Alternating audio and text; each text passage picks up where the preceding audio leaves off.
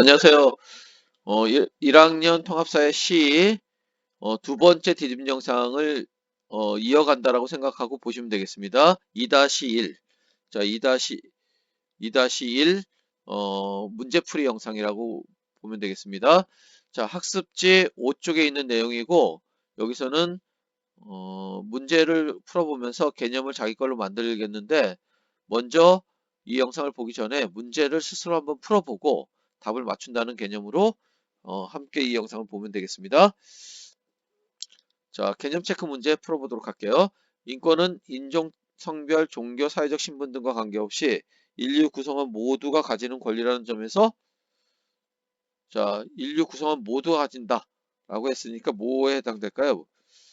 그쵸, 바로 보편성의 개념과 관련 있는 거죠. 그 다음에 인권은 남에게 양도할 수 없는 권리라는 점에서 불가침성을 갖게 된다는 거. 그 다음에 인간의 합리적 이성에 따라 인간 생활의 진보를 이룰 수 있다는 거 보는 사상.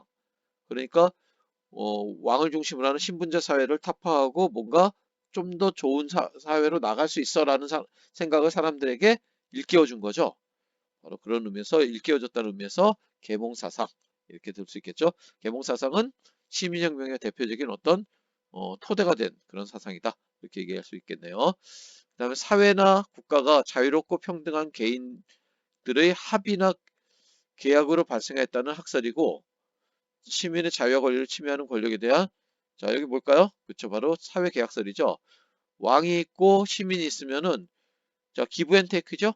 왕이 시민에게 뭔가 해줘야지 시민도 왕의 어떤 그런 권력을 인정해 준다는 거죠. 만약에 왕이 제대로 안 하면은 우리도 안 해 라고 얘기할 수 있는 거죠. 그래서 이게 바로 시민의 자유와 권리를 침해하는 권력에 대한 저항권을 인정하는 거죠. 저항권을. 자, 사회개혁설과 저항권은 아주 밀접한 관련이 있는 거죠. 그래서 어, 자, 저항권을 인정한다는 것은 일종의 어떤 계약 관계로 보는 거죠. 어떤 왕 또는 지배계급과 계급 간의 어떤 관계를 사회계약으로 본다라고 얘기할 수 있겠네요. 자, 그 다음에 정치 권력으로부터 간섭받지 않고 자유롭게 생활할 수 있는 권리, 바로 자유권이 되겠습니다. 재산권도 자유권에 포함된다는 얘기했습니다. 부당하게 차별받지 않을 권리, 내가 합리적인 이유 없이 어떤 차별받지 않을 권리가 바로 평등권이 되겠죠. 합리적이란 말이 중요하다는 얘기했습니다. 국민투표권, 선거권, 공무단위권 이런 것들은 다 그렇죠. 참정권, 정치에 참여할 수 있는 권리, 참정권에 해당됩니다. 그 다음에 복지국가, 적극적, 자, 최소한의 인간다운 생활을 국가가 보장해주는 복지국가. 그 다음에 국가에게 뭐 해달라고 적극적으로 요구할 수 있는 권리라고 했죠. 그리고 최소한의 인간다운 생활을 보장해달라고 요구할 수 있는 권리니까 이거는 다 사회권과 관련 있고, 여성 환경, 노동, 사회보장, 그다음에 교육 등등등등.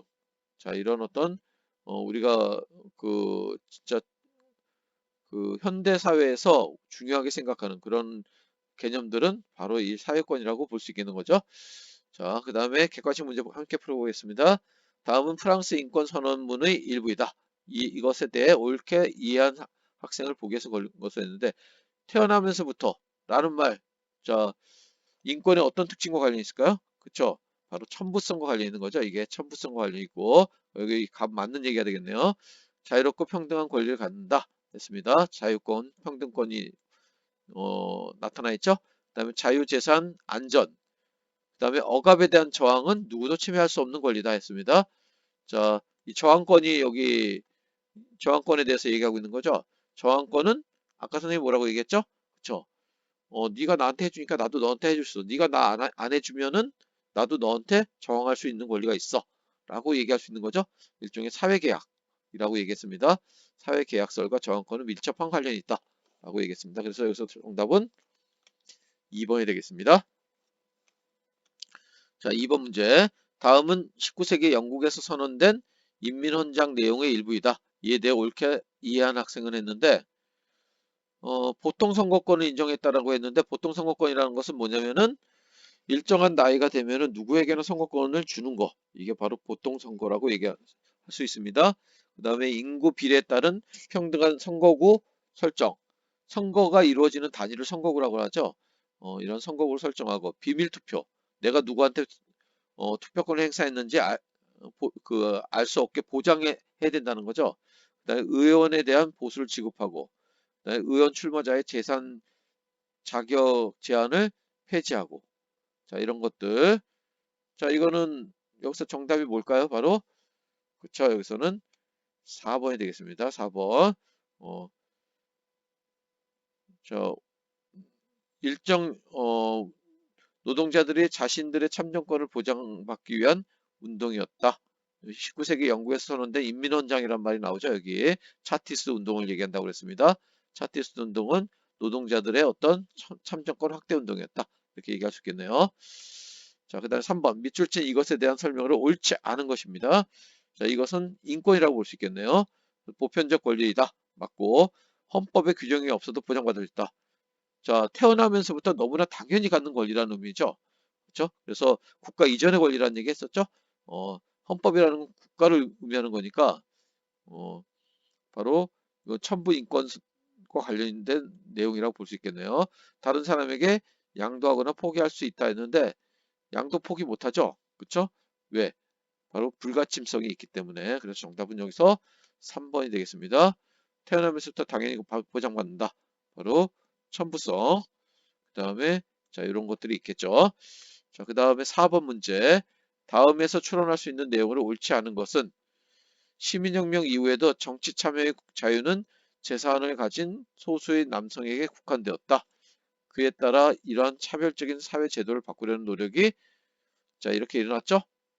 자 참정권 확대의 어떤 확대 운동과 관련 있는데 자 보통 선거 관련인 거죠. 누구에게나 일정한 연령이 되면 그 참정권을 주는 거니까 자 1번 맞고 그다음에 신명명 이후에도 인권 보장의 요구가 지속된 거죠. 그다음에 정치 참여할 권리가 이게 바로 참정권이 되겠죠. 모든 사람에게 주어진 것은 프랑스 혁명이다. 프랑스 혁명 이후에 이런 참정권이 주어진 것은 일부 계층에게만 주어졌다는 얘기했습니다. 그래서 참정권 확대 운동이 발생했다라고 했으니까 3번이 정답이 되겠습니다. 시민혁명으로 보장된 정치 참여의 자유는 재산이나 성별 등에 따라 제한적으로 부여되었다. 그 다음에 5번도 맞는 얘기가 되겠네요. 그 다음에 5번 문제, 마지막 문제입니다.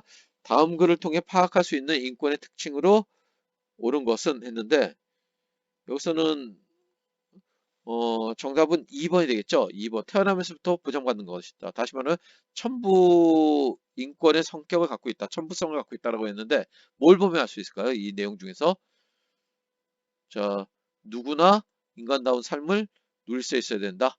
라고 얘기하고 있죠. 그 다음에 어, 절대적인 가치를 가진 목적 그 자체를 대우받아야 된다. 이런 내용도 천부성과 관련이 있겠네요. 그 다음에 절대적 가치를 지닌 존재로서 오직 인간이라는 이유만으로도 보장받아야 돼. 라고 얘기하고 있죠. 바로 이런 내용들이 바로 천부성과 관련된 내용이다. 라고 얘기할 수 있겠네요. 자, 수고했습니다. 혹시 수업 내용 중에서 잘 모르는 내용들은 잘 체크를 했다가 수업 시간에 선생님이 질문할 수 있는 그런 시간을 줄 겁니다. 그때 얘기하도록 하면 좋을 것 같습니다. 자, 이상 마치겠습니다. 수고했습니다.